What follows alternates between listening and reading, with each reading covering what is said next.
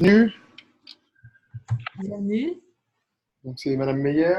Il y a quelques années, on a commencé à s'intéresser à ce que, notamment à Feuerstein, on a envoyé des patients là-bas parce qu'on n'arrivait plus à progresser sur le plan moteur et on s'est rendu compte qu'il fallait absolument, chose qu'on a déjà dit à plusieurs reprises, travailler sur les deux versants, le côté cognitif pour améliorer le physique.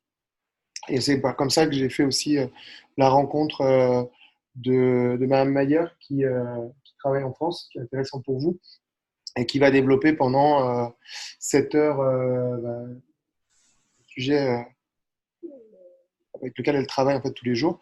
Et ensuite, on passera aux questions. Ça marche? Donc, ce qu'on fera, c'est que au changement d'heure, ceux qui sont venus tout seuls, faites les changements. Vous en faites pas, c'est enregistré.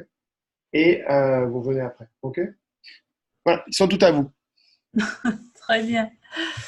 Ok, je vais d'abord vous dire bonjour et je suis contente de pouvoir parler avec vous et puis vous échanger un petit peu sur notre travail.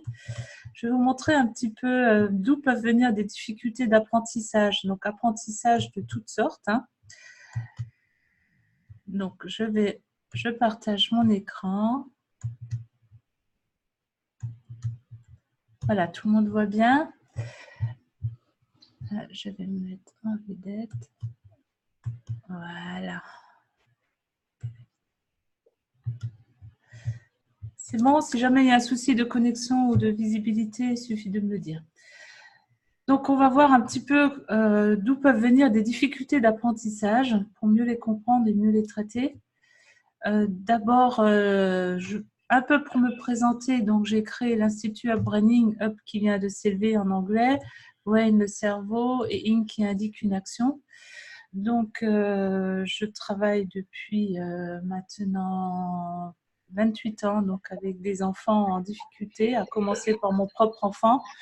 Il y avait des difficultés motrices, d'apprentissage, des difficultés de toutes sortes, et qui a bien progressé. Et je suis enseignante de métier aussi depuis, j'ai commencé il y a plus de 30 ans. Voilà, ça c'était pour me présenter rapidement. Donc, pourquoi des personnes ont des difficultés d'apprentissage? D'abord, je mettrai en cause les personnes qui les enseignent.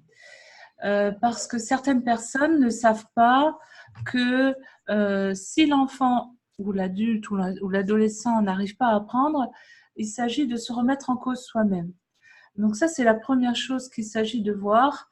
Est-ce qu'on se sent responsable de l'apprentissage de l'enfant? Ça, c'est une première chose. Et beaucoup, j'ai déjà entendu des personnes qui disent l'enfant n'est pas dans les apprentissages. Voilà. Et donc, du coup, ils ne font pas les efforts pour pouvoir trouver des solutions pour l'enseigner. D'autres personnes croient que l'enfant ne peut pas y arriver. Donc, si je crois que l'enfant ne peut pas y arriver, il va ressentir les choses. Là, vous êtes des parents qui m'écoutez, vous savez que vos enfants sont des enfants très spéciaux et qu'ils ressentent tout ce qu'on peut ressentir. Et donc, si la personne en face d'eux est sûre qu'ils ne vont pas y arriver, ben, l'enfant ne va pas trouver les moyens en lui pour y arriver. Donc ça, c'est encore une difficulté qu'il y a. En fait, nous, on considère que nous sommes responsables de l'apprentissage. Oui, vous m'entendez? Et qu'il n'y a pas de barrière. Quel que soit l'âge, le diagnostic ou même la sévérité d'un handicap, tout le monde peut progresser parce qu'on croit que tout le monde est modifiable. Je pense que vous connaissez peut-être l'effet Pygmalion, hein, l'effet Pygmalion qui est une expérience qui a été menée et qui prouve qu'en fait, la pensée ou la croyance qu'on a vis-à-vis de l'apprenant va influer sur le résultat. Donc ça, c'est quelque chose qui est très important. Nous croyons que les personnes qu'on a avec nous peuvent réussir, peuvent y arriver, et donc on va mettre tout en œuvre pour cela. Donc, on a vu donc ce problème de responsabilité, ce problème de non-croyance et aussi le matériel des fois qui n'est pas adapté. J'ai travaillé avec des enfants IMC, qui étaient dans un institut et l'institut disait on peut rien faire avec eux parce qu'ils ne savent pas manipuler. Évidemment, il ne pouvait pas toucher avec les mains, mais il ne s'était pas rendu compte qu'en fait, on pouvait utiliser le regard de l'enfant. Des enfants qui ne pouvaient même pas bouger la tête pour dire oui et non, qui ne pouvaient pas parler, on ne leur donnait pas du matériel adapté et de pouvoir, par exemple, utiliser le regard pour pouvoir travailler avec ces enfants. Donc, matériel non adapté. La pédagogie qui n'est pas opérationnelle aussi. Donc, nous avons une pédagogie spécifique. Attendez une seconde, parce qu'on a perdu l'écran. Une seconde.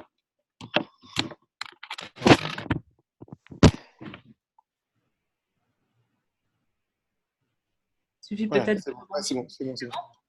Voilà, la pédagogie spécifique, qu'est-ce que c'est? En fait, on va travailler de différentes manières, mais on va surtout travailler, nous, par processus. Donc, on va l'expliquer un petit peu après. Et on va cibler un processus. On va cibler un processus qu'on appelle l'intentionnalité.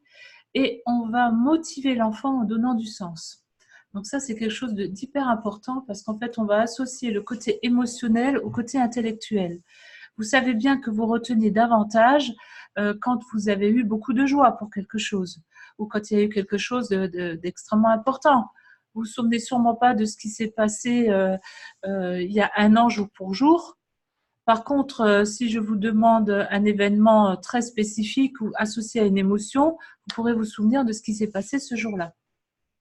Donc, on va associer l'émotion à l'apprentissage pour que la personne puisse faire partie prenante de l'apprentissage.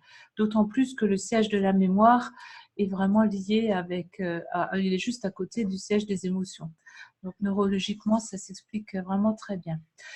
Et on va travailler aussi avec ce qu'on appelle, nous, la transcendance, c'est-à-dire qu'on va, dès que l'enfant a acquis quelque chose dans l'expérience qu'on a eue avec lui, on va faire des ponts dans d'autres matières. Et on va pour cela travailler dans toutes les intelligences. Par exemple, un enfant qui a une intelligence visuelle, spatiale qui fonctionne bien, on va commencer par utiliser cette intelligence-là pour travailler avec lui. On va lui apprendre des choses avec et ensuite on va faire des ponts dans toutes les autres intelligences. L'intelligence kinesthésique, l'intelligence verbale linguistique, l'intelligence logico-mathématique, l'intelligence naturaliste, l'intelligence interpersonnelle, intrapersonnelle. Et en fait, toutes ces intelligences, l'intelligence musicale rythmique aussi. Donc, on utilise une intelligence pour augmenter les autres intelligences. Si par exemple, on veut travailler la planification et l'enfant est très à l'aise avec les images, on va lui apprendre à planifier donc des images et après, on va lui apprendre à utiliser la planification même pour décomposer un mouvement si on a des kinés qui travaillent avec nous. Et donc, du coup, on va pouvoir faire la coordination donc, entre toutes les intelligences. Et cela va faire un tout cohérent. Donc, c'est vraiment quelque chose de fantastique et qui fonctionne vraiment très bien. Donc, ça, c'est ce qu'on appelle la métapédagogie. Donc, d'utiliser certains critères de médiation. En fait, il y en a 12. Et aussi, de pouvoir aussi faire prendre conscience à l'enfant ou à l'adolescent ou à l'adulte de ce qu'il utilise. C'est ce qu'on appelle donc les fonctions cognitives. Je vais y venir. Et ça, c'est ce qu'on appelle la métacognition.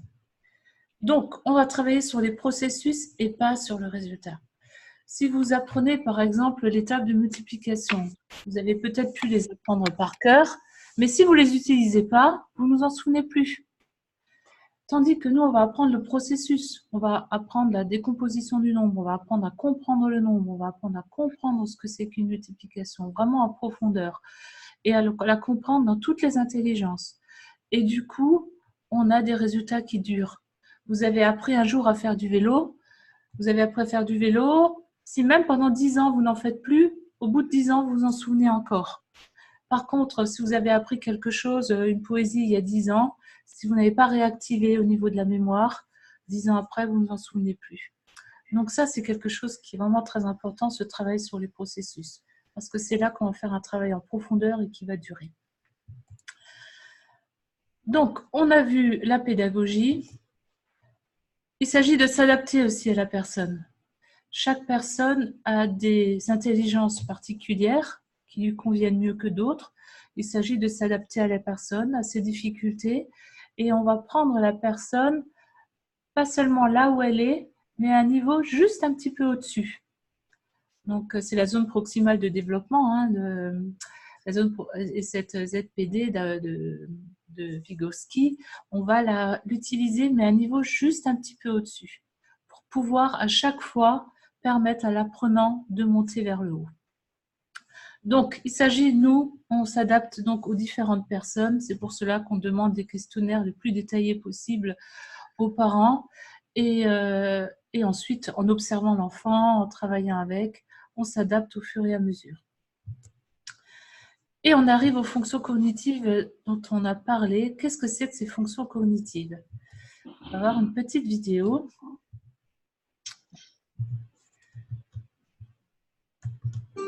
Certains enfants sont en souffrance. Ils ne comprennent pas le nombre et les opérations. Ils n'acceptent pas la lecture. Ils ont des compréhensions, d'apprentissage. Remettez-la au début si ça ne vous dérange pas, la vidéo. Comment se construire un apprentissage? Ouais, remettez-la au début si ça ne vous dérange pas. On a perdu.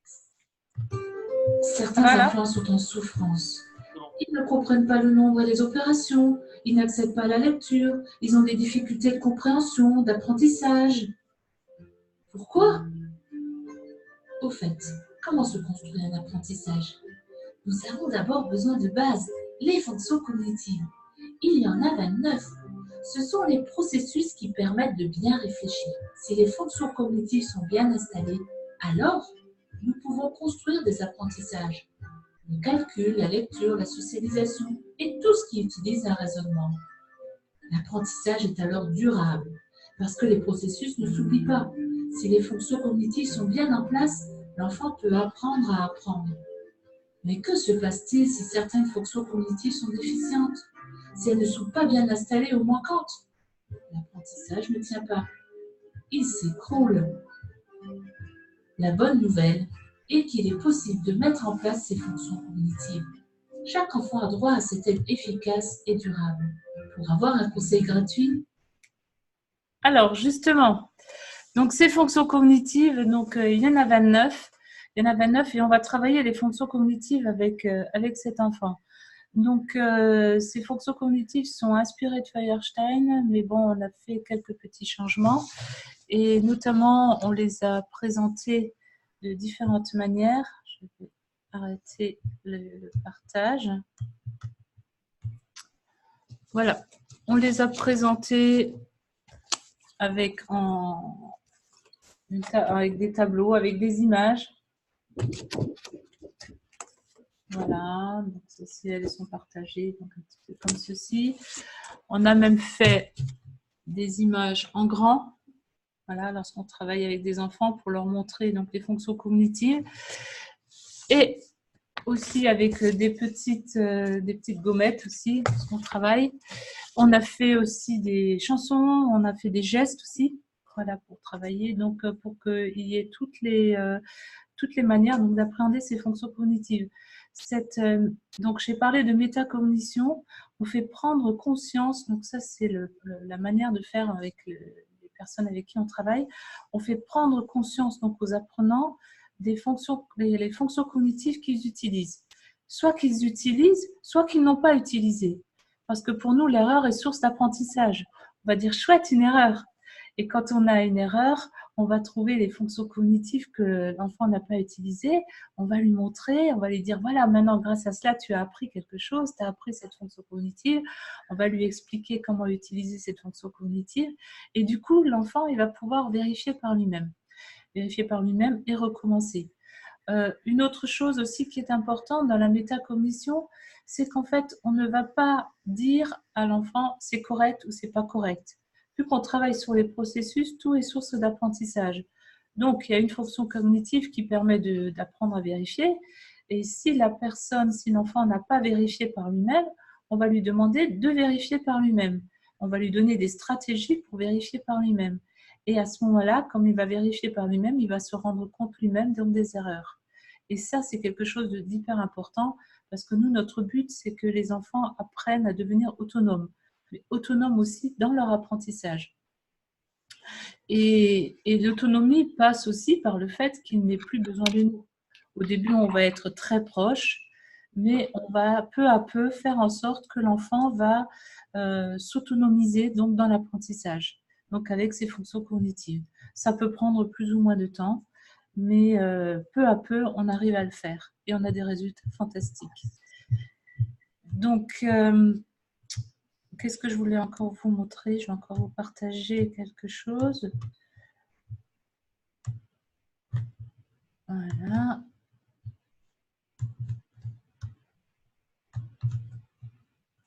Donc, on va nous se passer entre l'apprenant et l'activité. Donc, c'est ce qu'on appelle la médiation. On va travailler avec les processus. On va faire prendre conscience des processus. On va les analyser. On va les faire réfléchir sur la manière de réfléchir. On va anticiper aussi les difficultés. Et en fait, on va appliquer tous les principes ailleurs. C'est ce qu'on appelle la transcendance. Et on travaille donc avec ces fonctions cognitives. On va les évaluer et puis on va les développer. Et quand l'enfant ne réussit pas, c'est nous qui sommes en cause. On cherche qu'est-ce qu'on peut faire de mieux pour pouvoir mieux l'enseigner, pour qu'il puisse arriver à comprendre. On travaille aussi pas seulement sur l'apprentissage, mais tous les déterminants qu'on appelle non intellectifs, c'est-à-dire le fait de se rendre actif dans l'apprentissage, la confiance en soi, la motivation. On a eu des cas de personnes qui manquaient simplement de confiance en eux. Donc, on travaille là-dessus. On travaille sur la motivation, on travaille aussi sur la frustration à l'échec, parce qu'il y a beaucoup de personnes qui ont peur de faire les choses et qui se sentent bloquées parce qu'ils ont peur de ne pas réussir. On a aussi des outils spécifiques pour des enfants qui peuvent les utiliser. Mais quand on apprend à utiliser ces outils spécifiques, on sait aussi les utiliser dans la vie de tous les jours. On sait travailler donc en utilisant la vie de tous les jours, le repas, l'habillement, la marche, la promenade, des activités, des jeux. On va utiliser tous ces outils-là qui sont aussi des outils de remédiation. Il n'y a pas seulement les outils spécifiques pour les nuits. Et donc, on va travailler aussi sur le côté émotionnel, sur la meilleure communication, sur la gestion des conflits, sur l'empathie, la gestion des émotions. Parce que pour nous, la personne est un indivisible. Un indivisible. Et quand la personne, c'est pour cela que je suis vraiment contente de pouvoir travailler avec Frédéric Guès, parce que ce qui nous manquait, c'était que les enfants puissent avoir un travail vraiment concentré au niveau du corps. On avait déjà mis en place un travail au niveau du corps avec la méthode Feldenkrais, mais c'est pas suffisant. Donc, lorsqu'on fait des semaines intensives, c'est pas suffisant et on sent que les enfants ont vraiment besoin d'un travail approfondi pour pouvoir travailler donc en synergie. Attendez une seconde, on vous a perdu. Excusez-moi, parce que j'ai un problème de connexion, je ne sais pas pourquoi, avec le HDMI, avec le Mac. Moi, je vous vois toujours. Ouais, c'est bon. Non, c'est par rapport au rétro. C'est bon. Ça s'en va de temps en temps, mais c'est bon. Parfait. Voilà, donc je disais qu'en fait, le corps et la cognition sont étroitement liés. On sait que, enfin, certaines personnes croient que quand une personne est en fauteuil, elle ne peut pas avoir d'orientation spatiale. C'est vrai que toute seule, il est difficile d'avoir une bonne orientation spatiale en fauteuil, mais on peut lui enseigner l'orientation spatiale tout à fait en faisant avec certaines techniques. Donc nous, on a travaillé avec des enfants en fauteuil, on a travaillé l'orientation spatiale et ça a été fantastique. Avant et après, il y a eu d'énormes progrès. Donc, maintenant, je vais passer aux questions. D'abord, peut-être, comme vous êtes là, s'il y a des questions dans la salle, sinon je vais répondre aux questions. Je pense vous pouvez déjà commencer à répondre aux questions qu'on vous a envoyées. D'accord, très bien. C'est des questions que eux-mêmes se posent et si les questions auxquelles vous répondez, ils en ont d'autres, après ils peuvent les rajouter. Ok, donc là, il y a une question d'une personne et ça a été déjà demandé. Donc, à qui s'adresse la méthode? À qui s'adresse la méthode? Elle s'adresse à tous les enfants, les adolescents et les adultes, donc il n'y a pas d'âge. On travaille aussi bien avec des enfants qui sont IMC, qui ont de l'autisme, qui ont des problèmes génétiques, même des enfants précoces. Voilà, même des enfants qui a priori n'ont pas de difficultés, la méthode peut les aider à se développer encore plus. Donc, tout type de handicap sont concernés donc, par cette manière de faire. Maintenant, pour des enfants lourdement handicapés, euh, nous, on travaille avec des personnes lourdement polyhandicapées aussi, mais il s'agit vraiment de ne pas s'adresser à n'importe qui. Quand on fait des semaines intensives, les personnes qui travaillent avec moi sont bien formées pour travailler avec elles, mais tous nos stagiaires n'ont pas appris à s'occuper d'enfants qui sont lourdement polyhandicapés s'ils n'ont pas fait des stages avec nous en semaine intensive ici à Belfort ou à Paris ou ailleurs, là où on peut en organiser. Donc voilà, ça s'adresse vraiment à tout le monde. On m'a demandé aussi les prérequis pour les enfants. Nous avons une formation en ligne qui s'adresse aux parents. Donc, cette formation, il n'y a pas de prérequis pour les enfants, puisqu'en fait, les parents peuvent utiliser les choses qu'ils font dans la vie de tous les jours pour développer les capacités des enfants et ils vont leur donner des prérequis. Par contre, pour faire des formations où on va utiliser des outils Braining, là, il y a besoin de certains prérequis suivant les formations qu'il y a. Mais pour la formation en ligne, il n'y a pas de prérequis à avoir. On m'a demandé aussi la différence entre Braining et Feuerstein. Donc, je suis formatrice Feuerstein. Et en commençant à travailler avec des enfants, j'avais remarqué qu'en fait, les outils n'étaient pas adaptés à des enfants qui avaient des grosses difficultés. Donc voilà, j'ai créé d'autres outils. Les fonctions cognitives étaient listées pour Feuerstein de manière négative, donc sous forme de déficience. Et je les ai listées donc avec des personnes de mon équipe de manière positive et avec un seul nom. Donc, c'est beaucoup plus compréhensible de donner un seul nom, de donner aussi un symbole, de donner aussi un signe, que d'avoir des expressions comme toute une phrase qui ne sont pas compréhensibles. Voilà, ça c'est une différence essentielle. Une autre différence essentielle est l'expérience que j'ai, puisque j'ai eu beaucoup d'expérience avec mon fils qui est né avec un très lourd handicap. Et donc, j'utilise beaucoup mon expérience personnelle aussi dans les formations, notamment au niveau du nombre. Beaucoup de difficultés au niveau du nombre sont dues au fait que les parents ou les enseignants enseignent le nombre avec la comptine numérique, d'accord, 1, 2, 3, 4, en pointant du doigt, ce qui donne des catastrophes au niveau de la compréhension du nombre. Et donc Feuerstein fait comme ceci aussi. Et donc moi je fais tout à fait d'une autre méthode en considérant le nombre en tant que groupe. Et donc du coup l'enfant comprend ce que c'est que le nombre et toutes les opérations deviennent naturelles. Donc ça c'est une chose. On travaille beaucoup avec le plaisir aussi, parce que pour nous on ne conçoit pas que l'enfant puisse être forcé à apprendre, il doit apprendre dans le plaisir. Une autre différence, c'est qu'on va utiliser donc les intelligences donc au sens de Gardner, donc surtout les 8 premières intelligences qu'il a listées, parce que l'enfant est un tout et on a besoin de travailler avec ses intelligences préférentielles et lui ouvrir les autres intelligences. Parce que si on se restreint qu'à certaines intelligences, ou on va rater le début, parce qu'en fait, si on commence avec l'intelligence logico-mathématique et qu'en fait elle est déficitaire, il peut se bloquer. Donc on va commencer par une intelligence avec laquelle il est à l'aise.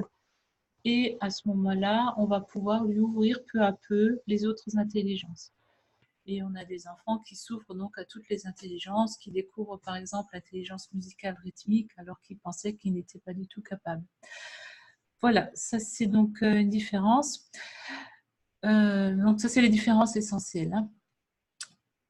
Maintenant, une autre différence, on m'a demandé entre Browning et la méthode PTE.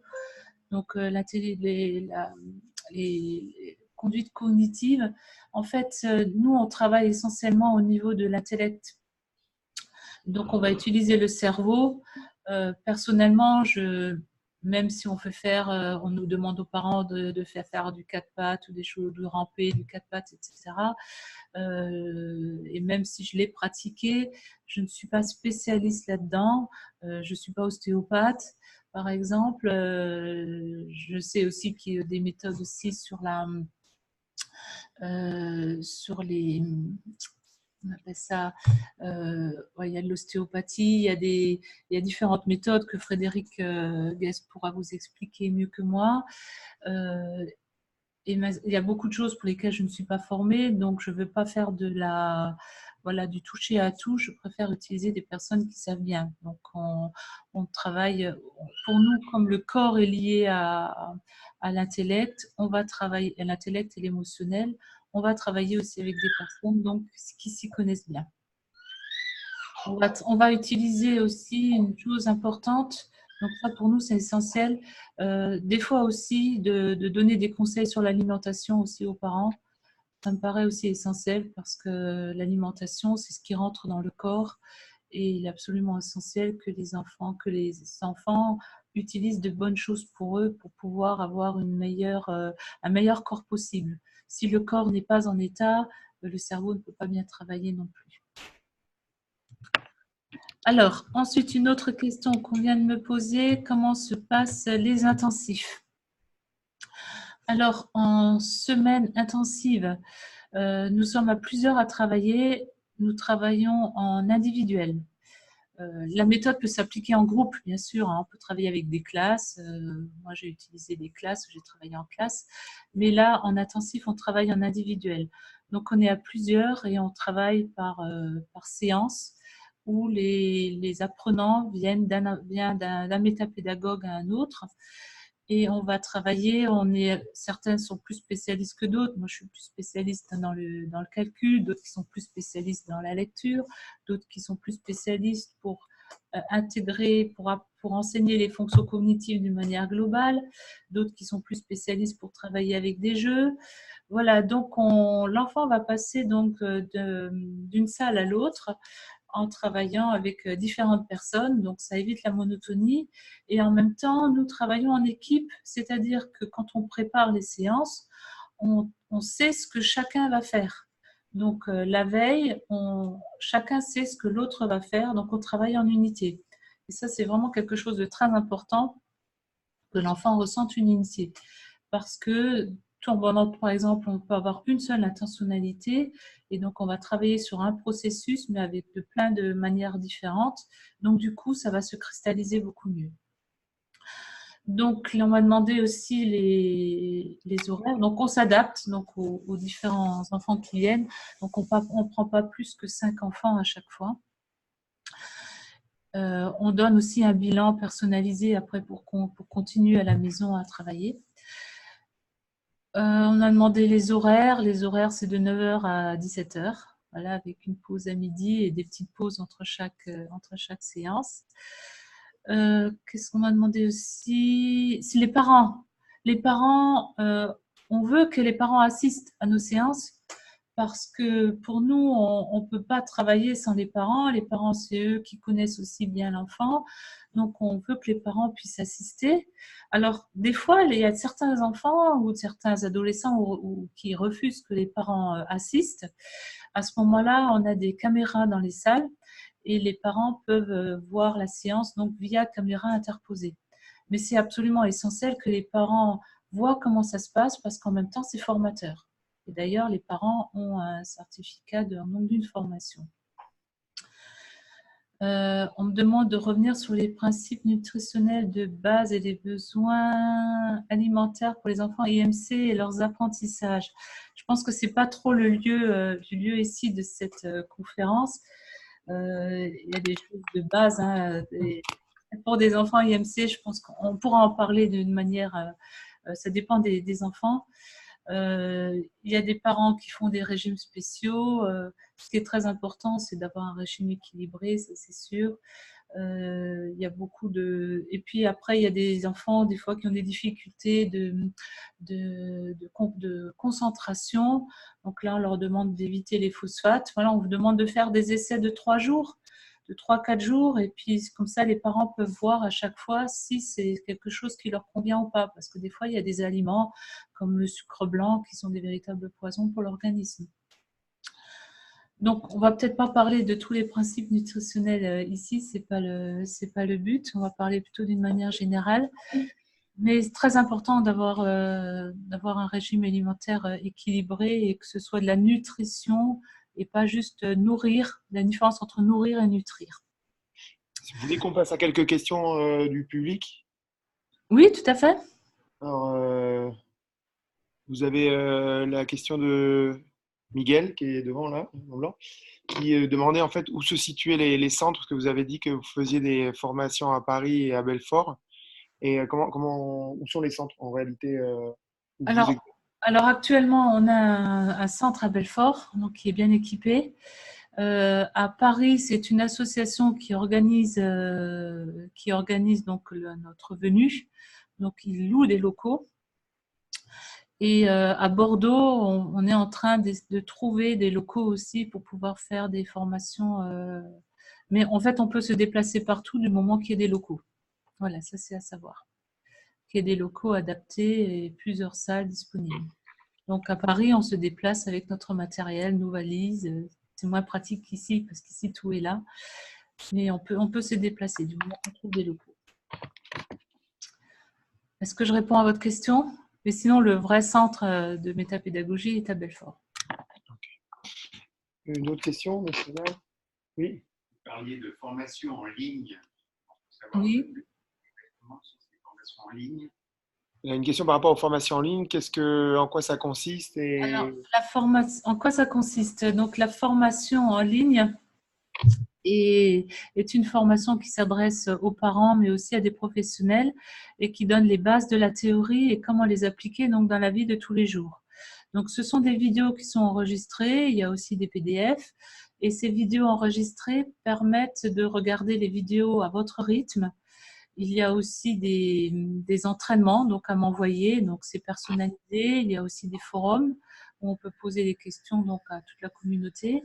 Et il y a aussi des réunions une fois par mois en ligne, comme celle qui se passe aujourd'hui, où les parents peuvent poser leurs questions directement sur des difficultés qu'ils peuvent avoir. Alors, c'est juste qu'ils doivent changer les enfants des salles. C'est pas qu'ils fuient tous, c'est que c'est l'heure et ils les changent de salle, ils reviennent tout de suite. D'accord. On fait une pause 2 minutes, le temps qu'ils les changent et ils reviennent. Très bien. C'est pour ça que vous voyez qu'ils se lèvent tous, mais c'est simplement que c'est l'heure de changer les enfants parce qu'il est midi, c'est pour ça. Je suis en train de regarder. Et moi, j'ai une question plus personnelle. Hein. Moi, j'ai toujours été intéressé par le système allemand où Oui. on faisait du physique, du cognitif le matin et du physique l'après-midi. Là, vous disiez que vous aviez les enfants de 9h à 17h. Oui. Faire des associations où il y aurait, par exemple, du physique ou du cognitif le matin et du physique l'après-midi ou vice-versa. Oui, c'est pour Par ça exemple, qu'on est... nous, on avait, je vais être franc, moi, il y a quelques années, on a une maman une maman belge qui voulait monter un péto ici, parce qu'on a des locaux. Et donc, on voulait pouvoir proposer aux parents de faire du physique le matin et du cognitif l'après-midi adapté aux enfants. Mais c'est peut-être intéressant de réfléchir à la possibilité, sur une période de l'année, peut-être un mois, de proposer un truc en binôme. Ah oui, tout à fait. Tout à Ça fait. pourrait être intéressant. Ouais. Non, ouais, tout à fait. Et c'est vrai que de pouvoir varier, c'est extrêmement important. C'est pour ça qu'on avait fait venir une personne qui faisait de la méthode Feldenkrais pour justement qu'il y ait cet équilibre. Mais voilà, ça ne suffisait pas. Et il y a beaucoup de parents qui aimeraient faire le stage sur 2 semaines et ça pourrait vraiment être intéressant de travailler sur le cognitif, par exemple, le matin et le physique l'après-midi. tout en expliquant donc aux personnes qui travaillent sur le physique qu'est-ce qu'on a fait le matin pour qu'elles puissent l'intégrer. Non, parce que nous, en plus de ça, si vous voulez, il y a la partie motrice, il y a la partie réparation Oui, avec l'ostéopathie, on fait des ondes de choc, etc., etc. Mais dans tout ce qui est apprentissage du développement moteur, il faut que moi, je suis vachement intéressé par rapport aux informations que vous avez données par rapport aux intelligences, où parfois ça se trouve.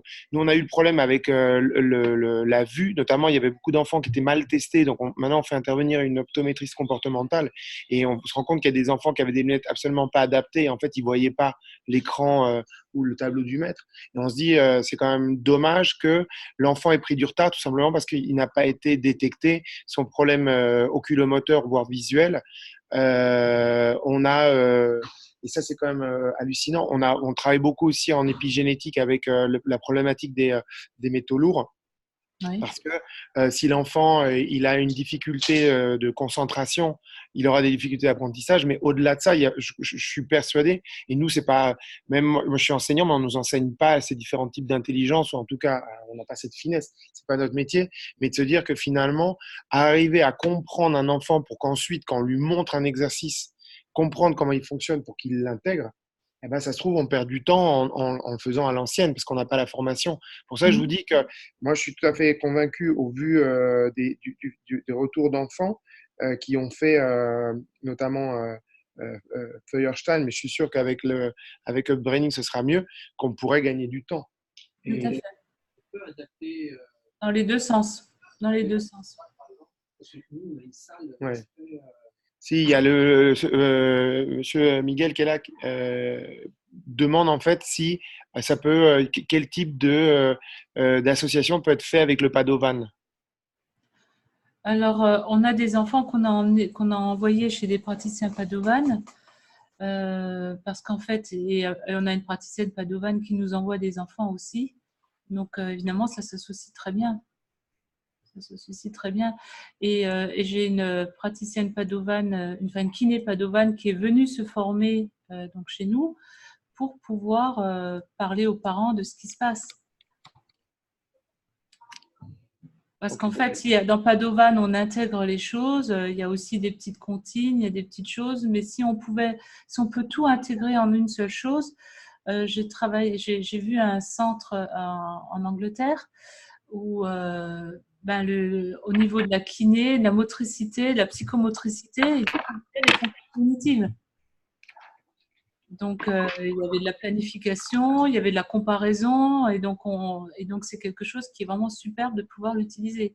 Donc, ça s'utilise très bien. Il s'agit de travailler à plusieurs. C'est pour ça qu'on a besoin de travailler en équipe, chacun avec sa spécificité. Okay. Parce que son épouse fait du Padovan, donc il serait intéressé de vous recontacter. Oui, tout à fait, volontiers. Volontiers. C'est une très bonne méthode. Mais comme tout, il s'agit de trouver les bons praticiens aussi. Parce qu'il y en a qui se disent faire la méthode Padovan et en fait qui n'ont rien compris. Je suis allée à Genève, moi, pour voir le vrai centre Padovan. Donc, et en fait, c'est là que j'ai vu que la personne que j'allais voir, moi, pour Padovan, n'avait rien compris. Donc, il faut toujours trouver les bonnes personnes, quelle que soit la méthode. Alors, il y avait une autre question. En fait, toujours pour en revenir sur vos formations en ligne, est-ce qu'après, elles sont limitées dans le temps ou alors après, on a des vidéos, on a tout le temps pour faire la phase d'apprentissage, leur apprendre d'autres techniques ou c'est limité dans le temps? Alors, quand on s'inscrit, on a une formation pour 6 mois, mais toutes les personnes qui me demandent, je prolonge la formation gratuitement parce qu'il y a des parents qui ont besoin de plus de temps et qui ont besoin, des fois même un an après, ils ont besoin de revoir. Donc, ce n'est pas un souci, je peux prolonger la formation. En fait, au début, j'avais mis illimité. Et quand j'avais mis illimité, il y avait des parents qui se disaient que puisque c'était illimité, ils avaient tout le temps de commencer et de faire les choses. Et du coup, il n'y a pas de résultat si on ne fait pas quelque chose de régulier avec un enfant. Donc, c'est important de leur dire, voilà, c'est limité, vous faites. Et puis après, je prolonge s'il y a besoin. Mais les vidéos peuvent se voir n'importe quand et peuvent se voir plusieurs fois et autant de fois que dont on a besoin. Si besoin, je prolonge. Il y avait une question aussi par rapport au coût des intensifs que vous faites et de la durée minimum parce que ils ont la problématique de la scolarisation des enfants. Souvent, beaucoup viennent durant les vacances scolaires. Et donc, Ouais. c'est des fenêtres de tir de maximum 2 semaines, ou voire une semaine pour certains. Et c'est très compliqué pour eux, en fait, de ressortir les enfants de l'école parce que on leur met la pression et on les menace de les sortir de l'école, quoi. Donc, c'est pas, ils font pas ce qu'ils veulent. Et donc, c'est vrai comment vous vous adaptez par rapport à ça? Est-ce que vous pouvez personnaliser aussi par rapport au temps ou il y a un temps minimum incompressible? Alors, généralement, on fait des semaines de 5 jours. Et là, on les met pendant les vacances scolaires. Mais évidemment, quand on peut pas faire beaucoup de semaines intensives parce que c'est très, très fatigant pour nous. Et, euh, et donc, on en a prochaine, donc c'est la dernière semaine d'août, mais elle est complète. La suivante, c'est pendant les vacances de la Toussaint, elle est complète aussi. Et donc, la suivante, j'ai pas encore mis en ligne, ce sera pendant les vacances de février. Mais on est obligé de choisir des dates qui sont à cheval entre deux. Voilà. Euh, et ça ne convient pas toujours à tout le monde. Donc, pendant les vacances de février, on essaie de faire, par exemple, un mixage zone A, zone B. Et puis après, zone B, zone C, voilà, pour que, au mois d'avril, pour que tout le monde puisse venir. Mais il y a aussi la possibilité de trouver des personnes qui sont formées, qui habitent près des personnes, et puis qui peuvent travailler avec les apprenants en direct. Et vous faites des formations qui sont présentielles ou vous pouvez faire aussi des formations à distance comme on est en train de faire maintenant avec la conférence? Alors voilà, ça c'est des choses qui ont changé. Au début, c'était que en présentiel. Maintenant, il y a la formation initiale donc qui est en ligne. Il y aura une autre formation en ligne qui va arriver d'ici peu. Et en fait, les prochaines formations vont être à distanciel. C'est-à-dire que les personnes peuvent toujours venir ici, il n'y a pas de souci, mais elles peuvent aussi se connecter comme ici. Donc, où on partage les PowerPoint, on peut faire des sous-groupes. Voilà, Zoom est très intéressant pour cela. C'est un gain de temps et aussi au niveau économique pour les parents, hein. Tout à fait, tout à fait. Donc après, c'est aussi à eux de me dire leur disponibilité. Alors, on m'avait dit aussi que les formations, on a changé maintenant, plutôt que faire des formations de 3 semaines, on fait des modules aussi de 4-5 jours. Et on m'a dit aussi que c'est bien de séparer les jours, puisque maintenant c'est à distance, les personnes ne sont pas obligées de se déplacer, et donc de faire un jour par semaine. Donc voilà, les prochaines formations vont être un jour par semaine, donc de temps en temps, pour travailler donc à distance et elles peuvent se connecter depuis chez eux. Ou alors, on peut aussi faire un système le soir. Donc ça, c'est encore à voir. Ce qui est important, c'est de me dire aussi, j'ai besoin du retour des parents, de leurs besoins, du retour des professionnels pour pouvoir mettre en place donc les dates et les heures qui conviennent au plus de monde possible. D'autres questions?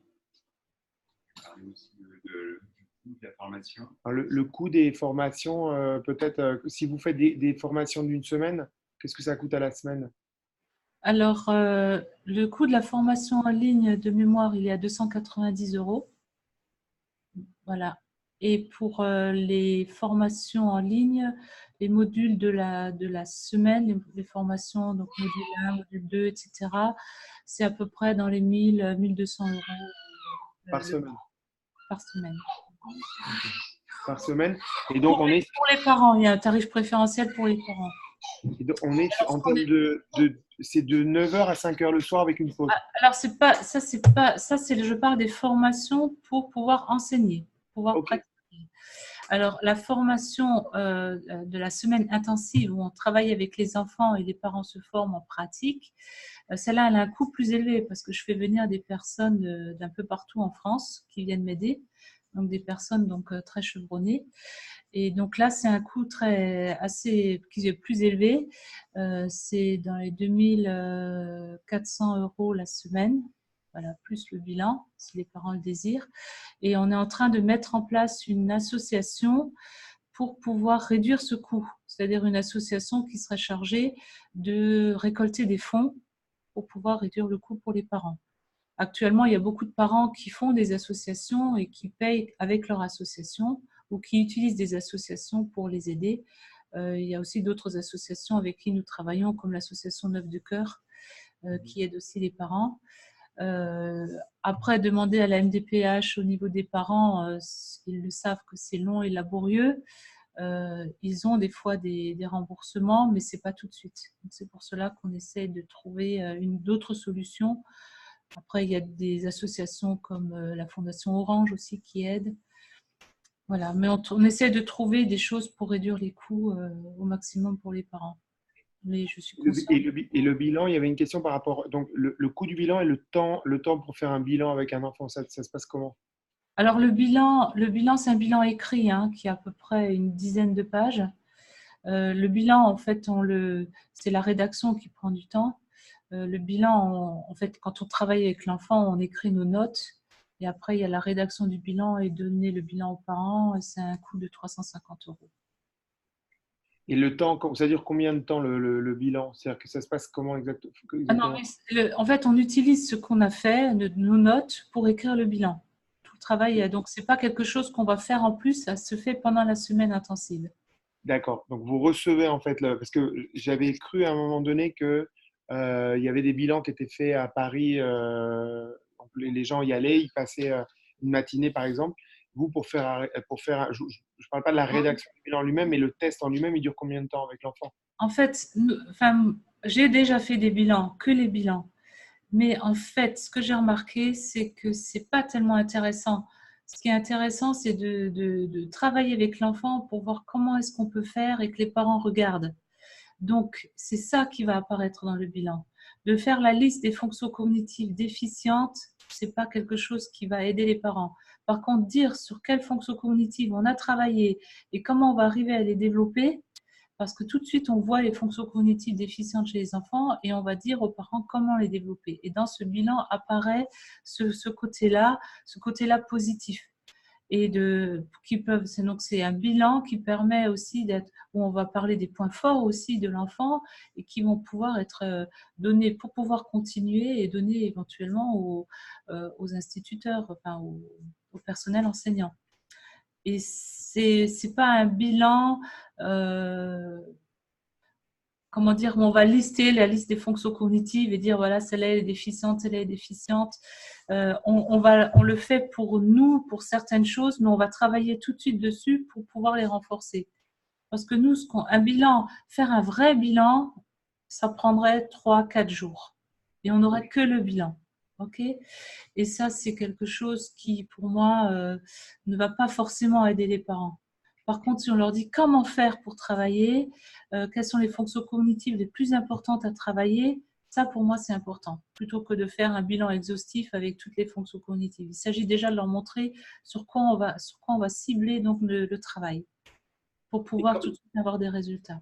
alors, là, il y a une question que pourraient vous poser des parents. Comment vous faites pour qu'il y ait une synergie entre le travail que vous faites chez vous?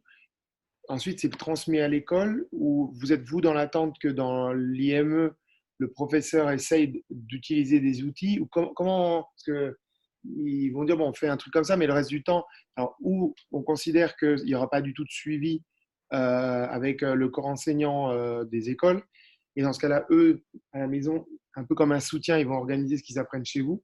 Mais comment vous faites? Parce que c'est clair que si il n'y a pas la bonne méthodologie qui est utilisée à l'école, et à un moment donné, c'est compliqué pour l'enfant de passer 6 ou 7 heures à l'école en faisant mal. Et comment ça s'organise? Comment vous... Alors déjà, le bilan a pour but de montrer au personnel enseignant que c'est possible, que l'enfant a des capacités et on montre dans le bilan comment l'enfant a réussi à montrer ses capacités et ce qu'il a réussi à faire. Donc ça, c'est déjà très important pour l'enseignant parce que si l'enfant ne croit pas que c'est possible, il ne va pas se donner les moyens. Donc ça, c'est déjà une chose importante. Ensuite, le fait qu'ils mettent, à part si les personnes sont formées, ce qui est très rare, les personnes ne vont pas pouvoir utiliser notre méthodologie de toute manière, mais au moins, ils vont se dire que c'est possible. Par contre, les parents peuvent continuer à la maison, quand ils ont été formés à Branding Initial, ils peuvent continuer à la maison et travailler avec leur enfant. Et aussi, on leur propose, s'il y a des praticiens qui habitent près de chez eux, de faire le travail en continuité avec un praticien. un praticien qui est en relation donc avec nous et qui va nous poser des questions de temps en temps en disant ben voilà, j'ai peut-être des telles difficultés là-dessus. On va donner des conseils encore plus personnalisés pour qu'il y ait un suivi par derrière. Est-ce que j'ai répondu à toutes les questions? Oui. D'autres questions? Il y a des institutrices qui viennent vers vous pour apprendre ces méthodes et les mettre en pratique dans des écoles qui publient. Oui, j'en ai. J'en ai une qui est même devenue directrice dans le Doubs. Il y a des enseignants qui sont formidables et qui ont vraiment envie d'apprendre tout ce qu'ils peuvent pour pouvoir aider les enfants qui ont des difficultés. Donc ça existe. La grosse difficulté, c'est que ces enseignants ne sont pas aidés forcément au niveau de l'inspection académique. Bon, tous les instituts qui sont venus se former avaient eu un congé pour pouvoir venir, mais on ne leur payait pas la formation. Par contre, des enseignants d'écoles privées, oui. Là, les écoles privées ont choisi de payer des formations. Mais pour l'école publique, ils ne payent pas encore la formation. Je ne dis pas encore parce que j'ai toujours de l'espoir, mais ce ne sera peut-être pas demain. D'autres questions? Alors, j'ai aussi des assistantes, des AVS aussi qui se forment pour pouvoir travailler avec les enfants.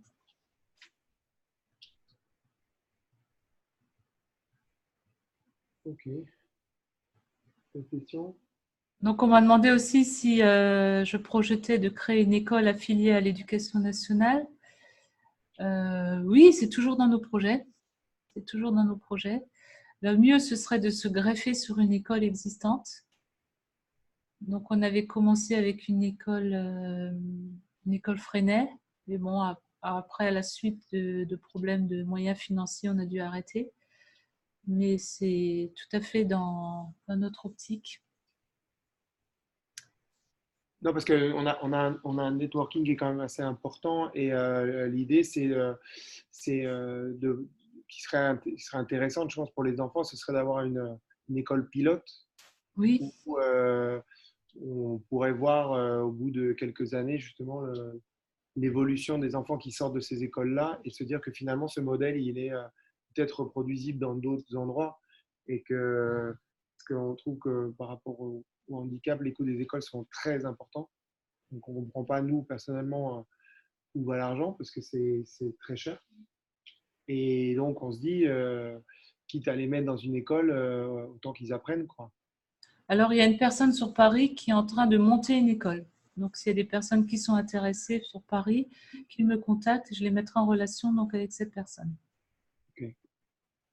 Donc, pour le suivi, on en discutera en privé, mais on va mettre, vous me direz, vous me donnerez le lien de la conférence, comme ça on pourra le mettre en ligne. Après, je vous donnerai, vous me direz quelles sont les coordonnées que je peux passer aux familles s'ils veulent vous contacter directement. Et puis, voir quand est-ce qu'on pourra se voir physiquement ici à Barcelone. Oui, je pense qu'en septembre, ça pourrait être possible. Okay. Je viendrai en avion, ce sera plus simple. Exactement. Pas de questions? Merci pour votre temps et on va libérer les familles. Et puis, Merci pour votre participation. Donc, beaucoup. s'il y a une chose à retenir, c'est que c'est possible. Okay. C'est gentil, merci. Merci beaucoup. Je vous recontacte ce soir, ok? À ce soir. Merci, au revoir, merci beaucoup.